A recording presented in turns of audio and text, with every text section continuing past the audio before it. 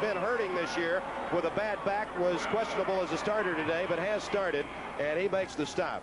Let's go down to the sidelines quickly, Norm, to Jay on the Permian side. I want to tell you, I think you've seen something that's evident of Permian. They come off at the start on defense and start hitting you hard. Now they're going to continue to do that, and you saw that. They're big on third down on stopping drives, and I think you're going to see that. Watch for Troy Baker. Watch for Savance. Now, Troy Baker's a talker. He likes to talk the offensive line. There may be some extra hitting going on. Who knows? Back to you guys. Maybe what Jay's saying is the potential for some of those personal foul calls like Yates experienced last week when they got 5. Second down, 9 yards to go for Yates, and here is a flag. They've taken a little too much time here, I believe. Delay of game is a call against Yates. And again, Norm, we don't want to belabor the fact, but Yates has had these miscues and problems in the past, but been able to overcome them with sheer talent.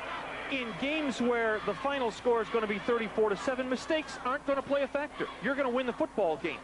However, in a game against Odessa Permian, which figures to be close, penalties, fumbles, bad snaps, things like that are going to be a factor. And here we see Yates put into a second and long situation. They bring the tight end, Zeno Alexander, way out to the near side. Quentin Smith in the flanker position at the top of the screen. Robert Lampkins, Price back to throw. He's a good one. Overthrows, and it is almost intercepted. Incomplete at the 46-yard line. Billy Jones, number 12, covering defensively for Permian, but the pass was overthrown, Norm. Price has an excellent arm. He is large for an option quarterback. Usually you think of option quarterbacks in high school as being little people. Price has a big arm, and he airmailed this ball at least 10 yards long.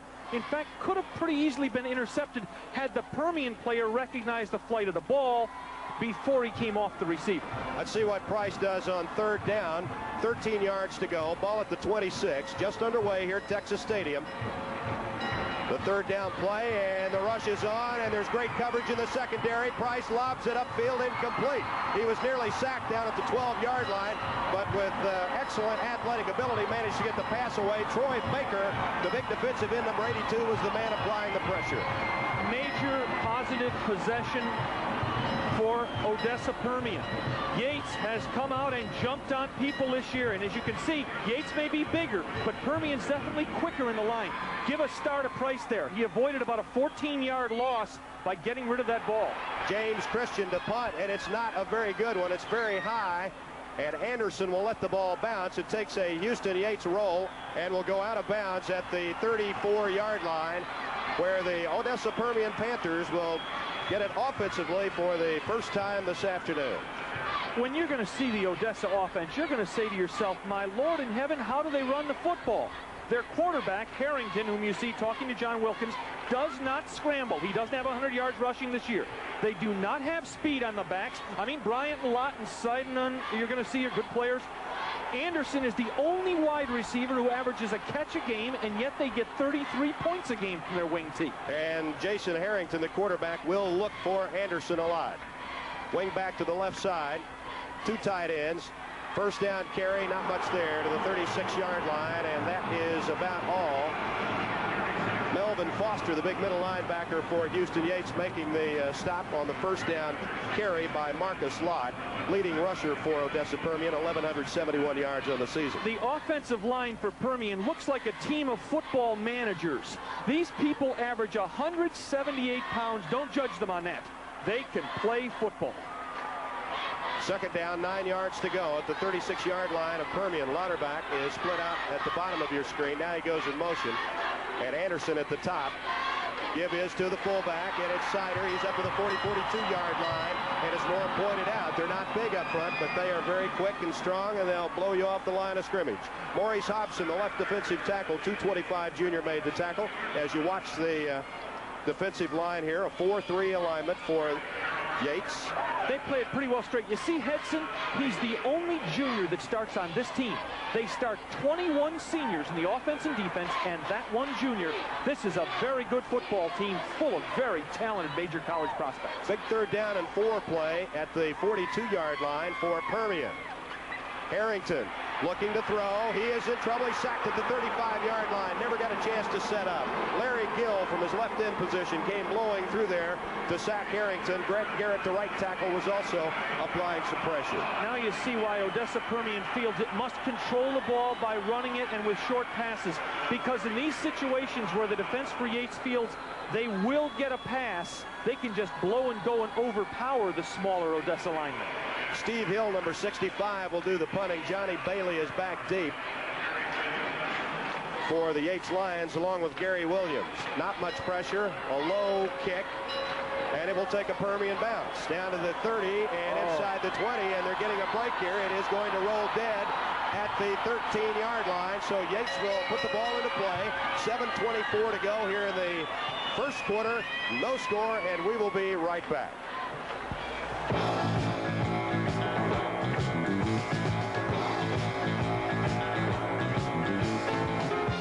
Technology is taking over the world. You keep up with it. Houston Yates with their second offensive possession. Dangerous spot for Yates.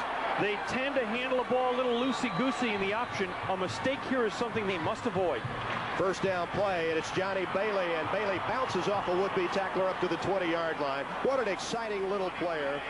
Johnny Bailey, 1,500 yards rushing last year, hurt part of this season. As we told you, he had the big game last week against San Antonio Holmes. Here's another look. This is the TCU option. Wide splits by Yates, trying to spread out the small Odessa defense. Quite frankly, if they can get Bailey one-on-one with almost anybody, they feel it's a big play chance for them.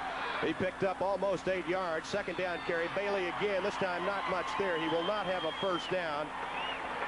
He penetrates the 20-yard line. As you get a look from behind the Odessa Permian bench, I would say that in the battle of the fans this afternoon, Permian is the winner. They're on the home side, or the visitor side, and that's where the broadcast booth is located. But as we look down below, the near side where we are is just about full in the lower deck. Third down, 1 yard to go for Houston Yates. They got the first down. It's Lawrence King, the other member of that running back tandem. Tackle made by Danny Servance, a middle linebacker, 184-pound senior defensive star for the Panthers. If we can stay on the Odessa Permian defensive unit for a minute, you see 62 right in the middle of your screen. Jerry Leclerc. Would you believe a 161-pound defensive lineman? We're not lying. First down, Yates. Here's the option play. Pitch back to Johnny Bailey, and Bailey gets outside, up the sidelines, and out of bounds at the 37-yard line. I believe he's got a first down. Blake Batt, the rover back, came over on the left side to bump him out. Oh, but is Johnny Bailey exciting? This was a dangerous play. Bailey barely caught the pitch from Price on the play. You'll see the pitch is high. Watch the play Bailey makes to catch it. That could have been bouncing at his own 20. Then he gets around. Now, who hits who here? I get a feeling Bailey dished out more damage than the tackler did. Tell you what, Jesse Spruill, the left tackle, ran a long ways to get over there and make contact, too. The option again, this time it is Lawrence King, and King is racked up at the 40. Gets maybe to the 41-yard line. Jerry Leclerc and Darren Allman, the safety man. Allman, a 166-pound junior, up to make the stop. Pickup of 3. It looks now like Yates is starting to move the football. Yes. Again, Permian bases their defense on doing this. They will give a little, but they'll make you run a lot of plays. They pride themselves on not giving up the huge play, and that's what Yates has lived on this year. From the 41-yard line, Price looking to throw. Gets the pass away. It is, incomplete. It could have been intercepted down at the 45-yard line.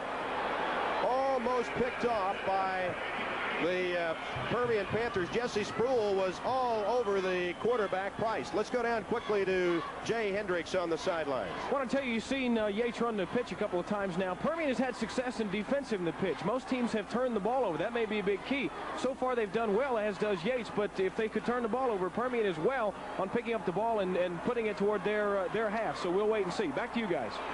Let me point out, Ray, They've stopped the pitch in West Texas. They've never seen running backs like this. That's true. It was Blake Batt who almost had the interception a while ago. Nickel defense in the game now for Permian, anticipating the throw on third down, and the Yates Lions will not pick up the 1st and 10. Tackle made at the 43-yard line by a bunch of swarming white shirts. Looks like leading the way, Jerry LeClaire, Billy Jones from the left corner spot, and Patrick Wilson also in there, Norm. Again, notice the defense for Permian. They feel they get so many people to the ball that if they simply prevent you from hitting them big, that sooner or later they'll make a play like this and stop your drive. That's what's kept him in football now for 25 years at Permian. James